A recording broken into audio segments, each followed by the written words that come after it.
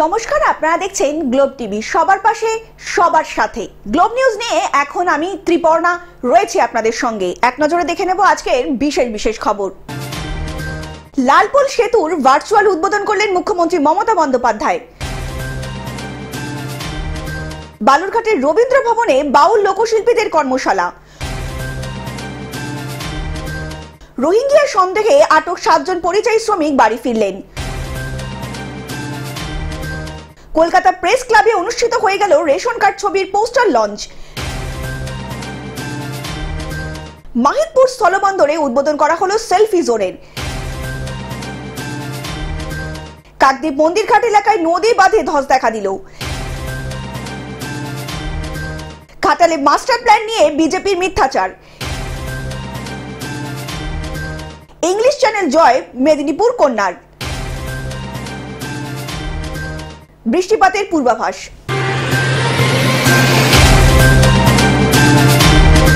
আসি বিস্তারিত খবরে।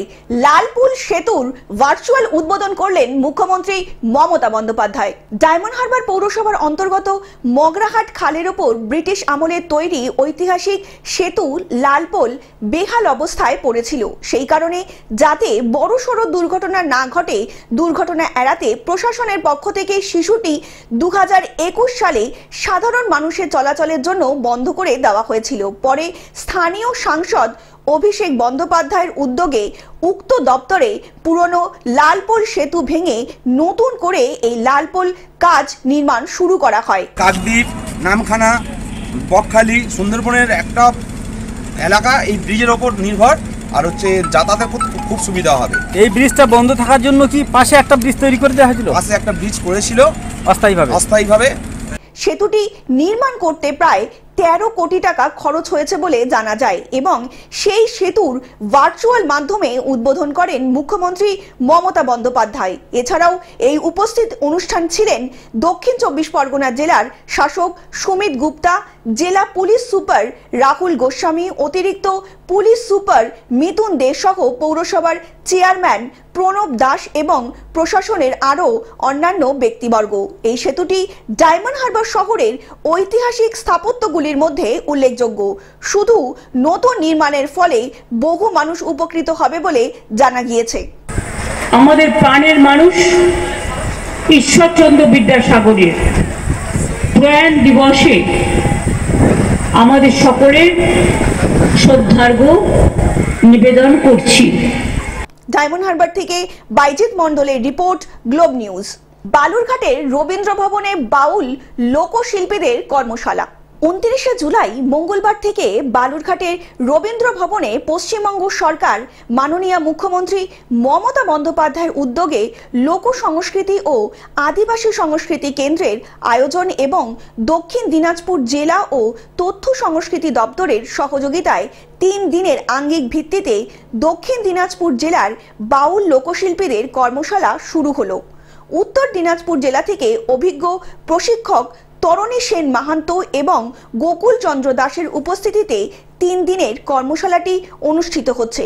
কর্মশালায় বাউল সঙ্গীতের বিভিন্ন বিষয় সম্পর্কে বিস্তারিত আলোচনার পাশাপাশি পশ্চিমবঙ্গ সরকারের বিভিন্ন উন্নয়নমূলক কর্মসূচিগুলো বাউল সঙ্গীতের মাধ্যমে কিভাবে জনসাধারণের সামনে তুলে ধরা যায় সেই বিষয়েও পর্যালোচনা করা হচ্ছে। দক্ষিণ দিনাজপুর জেলা তথ্য ও সংস্কৃতি আধিকারিক আজিজুর রহমানের কাছ থেকে কর্মশালার বিভিন্ন বিষয় বিস্তারিতভাবে তুলে ধরলেন সকলের সামনে। বাউল সঙ্গীতের বিভিন্ন দিক নিয়ে আলোচনা এবং তারা যে সারা বছর রাজ্য সরকারের বিভিন্ন উন্নয়নমূলক কর্মসূচির কথা মানুষের সামনে তুলে ধরেন, সেই কর্মসূচিগুলো এই গানের আঙ্গিকের মধ্যে মিশিয়ে কিভাবে উন্নত করা যায়, এই 3 দিন ধরে সেই কর্মশালার মাধ্যমে আলোচনা হবে। বালুরঘাট থেকে জয়দীপ মৈত্রর রিপোর্ট, গ্লোব নিউজ। রোহিঙ্গিয়া সন্দেহে আটক 7 জন পরিযায়ী শ্রমিক বাড়ি ফিরলেন। হরিয়ানার গুরুগ্রামে বাংলাদেশি সন্দেহে আটক হওয়া মালদার হরিশ্চন্দ্রপুর থানার রাঙ্গাইপুরের 7 জন পরিযায়ী শ্রমিক মঙ্গলবার সকালে বাড়ি ফিরলেন। তো আমাদেরকে বলছে খাড়ো করে একটা লাইন করে খাড়ো করলো সব দিকে 34 জন লোককে। 34 জন লোককে বলেছে কি দুটা করে গুলি মারা দে না, আর যদি কম পড়ে তো আরো গুলি নিয়ে যা, কিন্তু দুটা করে সবাইকে গুলি মারবি। তাদের মনের মধ্যে রয়েছে আতঙ্ক। অনিশ্চিত ভবিষ্যৎ নিয়ে আপাতত প্রাণ রক্ষার তাগিদেই বাড়ি ফিরলেন তারা। শ্রমিকরা ফেরার পর তাদের সঙ্গে বাড়িতে গিয়ে দেখা করেন জেলা পরিষদ সদস্য তথা ব্লক তৃণমূল সভানেত্রী মার্জিনা খাতুন। শ্রমিকদের পাশে থাকার আশ্বাস দেন তিনি। আমরা যে বাংলার মানুষ, বাংলার সরকার তাদের উপর তো কোনো অত্যাচার করছে না, কিন্তু বিজেপি যেগুলো শাসিত রাজ্যে বাংলা ভাষায় কথা বললে বাংলাদেশি বলে তকমা দিচ্ছে। এটা কিন্তু আমরা বিজেপি সরকারকে আমরা ঘৃণা জানাচ্ছি। মালদা থেকে অভিষেক দাসের report, Globe news. Kolkata press ক্লাবে অনুষ্ঠিত হয়ে গেল রেশন কার্ড ছবির পোস্টার লঞ্চ। 2008-এর কাল্পনিক গল্প অবলম্বনে তৈরি রেশন কার্ড ছবিতে গল্পে মূলত সামাজিক অবক্ষয়ের ছবিও তুলে ধরা হবে। গল্পটা কোনো কাউকে কেন্দ্র করে নয়, টোটালি কল্পনা করে। আর এই গল্প রেশন কার্ড কিন্তু সত্যি এখনকার দিনে এমন একটা ছিল, 2005 সালের আগের ঘটনা বলছি, তখন রেশন কার্ডে যাদের দরকার তারা পেত না। কারণ বিপিএল কার্ড দরকার, সে বিপিএল কার্ড পাচ্ছে না, যার দরকার নেই সে পাচ্ছে। তৎকালীন গ্রামীণ জীবনে এক প্রতিবাদী নারী চরিত্র কিভাবে সমাজে দুর্নীতির শিকার হয় এবং তার পরিবর্তে তাদের বিরুদ্ধে লড়াই করে, সেটাই গল্পের মূল চিত্রনাট্য বলে জানান পরিচালক Jayanta Upadhyay. Premier films production নিবেদিত অশোক গুপ্তা প্রযোজিত এই ছবিতে অভিনয় করেছেন সুদীপ মুখার্জি, ভাস্কর ব্যানার্জি, অনামিকা সাহা, পিয়া দাস, মেঘনা হালদার, মুম্বাই খ্যাত আলী খান ও নবাগতা সমৃদ্ধা চক্রবর্তী সহ অন্যান্যরা। ওইটার গল্প খুব একটু কি বলবো, আমাদের পশ্চিমবঙ্গেরই গল্পের মতো রয়েছে, সেই জন্য আমি রাজি হয়েছি। ঠিক আছে, তোমরা যখন বলছো আমি করেছি, দেখি দর্শকদের কেমন লাগে। চিত্রনাট্য লিখেছেন দেবজয় ব্যানার্জি, সঙ্গীত পরিচালনায় রয়েছেন বাবুই বোস ও কুন্দন সাহা, গীতিকার দেবপ্রসাদ চক্রবর্তী ও স্মরণজিৎ ব্যানার্জি। একটা ভয়ঙ্কর একটা প্রাসঙ্গিক নাম, অনেকের গলা শুকিয়ে যাচ্ছে, কে ভোটার লিস্টে থাকবে কে থাকবে না। এসআইআর শুরু হয়ে গেছে বিহার এবং পশ্চিম বাংলাতে, অনেকে ভয় পাচ্ছেন, আবার অনেকে বলছেন যে অনুপ্রবেশ একটা জ্বলন্ত সমস্যা, এটাও অস্বীকার করা যায় না। সব মিলিয়ে আমার মনে হয় নামে রেশন কার্ড হিট এবং সবাই দেখবে। কলকাতা থেকে অনির্বাণ দত্তের রিপোর্ট, গ্লোব নিউজ। মাহিদপুর স্থলবন্দরে উদ্বোধন করা হলো সেলফি জোনের। মাহিদপুর সিএমএফ এর উদ্যোগে প্রায় 2 লক্ষ টাকা ব্যয় করে সেলফি জোনের উদ্বোধন করা হলো। এই উদ্বোধনী অনুষ্ঠানে উপস্থিত ছিলেন মালদা জেলা পরিষদের সভাপতি লিপিকা বর্মন ঘোষ, মালদা জেলা তৃণমূল কংগ্রেসের কাউন্সিলর তথা চেয়ারপারসন চৈতালি ঘোষ সরকার, কাউন্সিলর সুজিত সাহা সহ মাহিদপুর সিএনএফ এর সম্পাদক প্রসঞ্জিৎ ঘোষ সহ অন্যান্য জনপ্রতিনিধিরা। পর্যটকদের সুবিধার্থে এবং মহদেবপুরবাসীদের দীর্ঘদিনের একটা চাহিদা ছিল যে একটা এখানে সেলফি জোন তৈরি করা হোক। তো আমাদের প্রসেনজিৎ ঘোষের নেতৃত্বে, মাননীয় শ্রী প্রসেনজিৎ ঘোষ মহাশয়ের নেতৃত্বে যে আজকে সেলফি জোনটা হয়েছে, তার জন্য মহদেবপুরবাসী পক্ষ থেকে তাকে আমরা ধন্যবাদ জানাচ্ছি। এদিন ফিতে কেটে সেলফি জোনের উদ্বোধন করা হয় জেলা পরিষদের সভাপতি লিপিকা বর্মন ঘোষ ও মানিকপুর চেয়ারম্যানের সম্পাদক প্রসঞ্জিৎ ঘোষের হাত ধরে। এই সেলফি জোনের ওপর বাংলা ও ওপার বাংলার মানুষ এসে নিজেদের সেলফি তুলতে পারবে বলে আশাবাদী সিএনএফ এর সম্পাদক প্রসঞ্জিৎ ঘোষ, যিনি আরও জানান সীমান্তের সৌন্দর্য বৃদ্ধি করার লক্ষ্যে এই সেলফি জোনের উদ্বোধন করা হয়েছে। আমাদের মহদেবপুর সিএনএফ ওয়েলফেয়ার অ্যাসোসিয়েশনের পক্ষ থেকে ব্লাড ডোনেশন ক্যাম্প এবং বৃক্ষরোপণ অনুষ্ঠান, তার পাশাপাশি একটি selfie zone I love Mahadevpur যে একটা সেলফি জোন সেটা তৈরি করা শুভ উদ্বোধন হলো। এবং এই মহদেবপুর সিএনএফ ওয়েলফেয়ার অ্যাসোসিয়েশন যে কর্মকর্তাগণ এখানে সকলে উপস্থিত ছিলেন। মালদা থেকে অভিষেক দাসের report, Globe news. Kakdwip Mandirghat এলাকায় নদী বাঁধে ধস দেখা দিল। কাকদ্বীপ মন্দিরঘাট সংলগ্ন গবাদিয়া নদী বাঁধ প্রায় 30 কিলোমিটার তলিয়ে গেল নদীতে। পড়ে রইল বাঁধের কিছুটা অবশিষ্ট অংশ এবং সেই অবশিষ্ট অংশ পরিদর্শনে সেচ দপ্তর এবং স্থানীয় জনপ্রতিনিধিরা। অন্যদিকে আতঙ্কও বাধা বেশে রয়েছে এলাকাবাসীদের মনে। তাই 1 মাস আগে দক্ষিণ 24 পরগনা জেলার কাকদ্বীপ বিধানসভায় রামগোপালপুর গ্রাম পঞ্চায়েতের মন্দিরঘাটে দোকানসহ নদী বাঁধ নিয়ে নদী গর্ভে তলিয়ে যায়।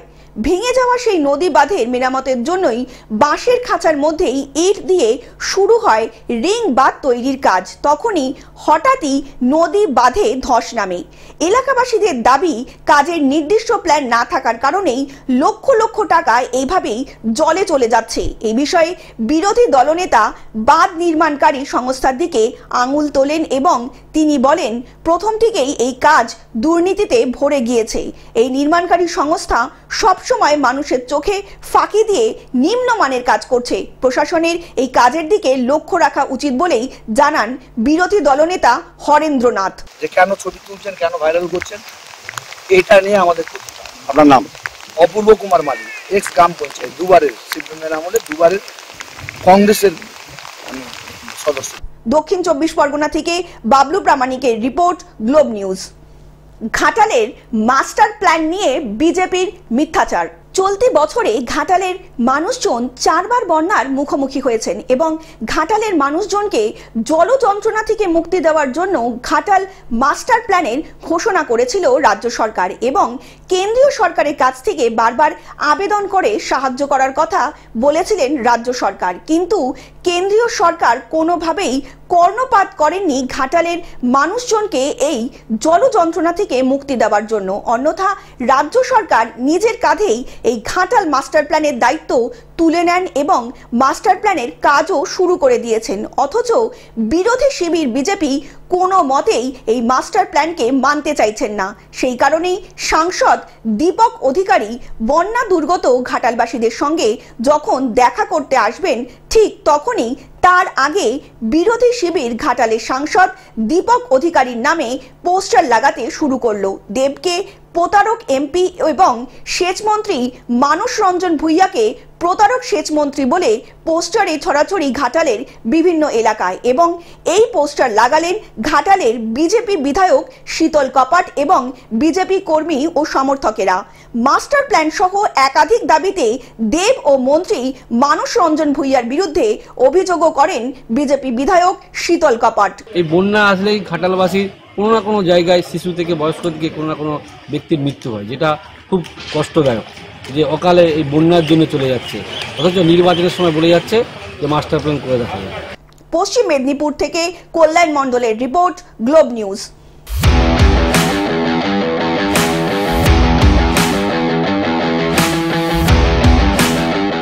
ইংলিশ চ্যানেল জয় মেদিনীপুর কন্যার। ইংলিশ চ্যানেল পেরোলেন মেদিনীপুরের আরফিন জাবি।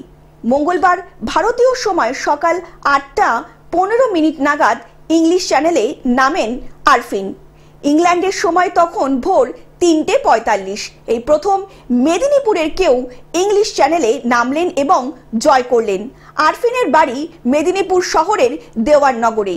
এবছরেই মেদিনীপুর কলেজ থেকে সমাজবিদ্যায় অনার্স পাস করেছেন আরফিন। বাবা শেখ পিয়ার আলী পরিবহন ব্যবসায়ী, মা সাবিনা পারভিন ইংলিশ চ্যানেলে নেমেছে জানার পর থেকেই দু চোখের পাতা এক করতে পারেননি। মঙ্গলবার ভারতীয় সময় রাত্রি 9:45 নাগাদ শেষ হয় আরফিনের সাঁতার যাত্রা। Bureau report, Globe news.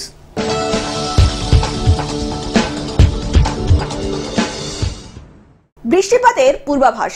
উত্তর বাংলাদেশ থেকে গাঙ্গেয় পশ্চিমবঙ্গের উপর সরে এসেছে ঘূর্ণাবর্ত। দোসর রয়েছে অক্ষরেখা। এই দুইয়ের প্রভাবে কলকাতা সহ রাজ্যের সব জেলায় হালকা থেকে মাঝারি বৃষ্টির সম্ভাবনা রয়ে গিয়েছে। কোনো কোনো জেলায় সম্ভাবনা রয়েছে ভারী বৃষ্টিরও। বুধবার কলকাতা সহ দক্ষিণবঙ্গের সব জেলায় বৃষ্টির জন্য ইতিমধ্যেই হলুদ সতর্কতা জারি করা হয়েছে। উত্তর ও দক্ষিণ 24 পরগনা, পূর্ব ও পশ্চিম বর্ধমান, বীরভূম, মুর্শিদাবাদ, নদিয়ায় ভারী বৃষ্টির সম্ভাবনা রয়েছে। দক্ষিণের সব জেলায় বৃষ্টির পাশাপাশি ঘন্টায় 30 থেকে 40 কিলোমিটার গতিতে ঝোড়ো হাওয়াও বইতে পারে। Bureau report, Globe news.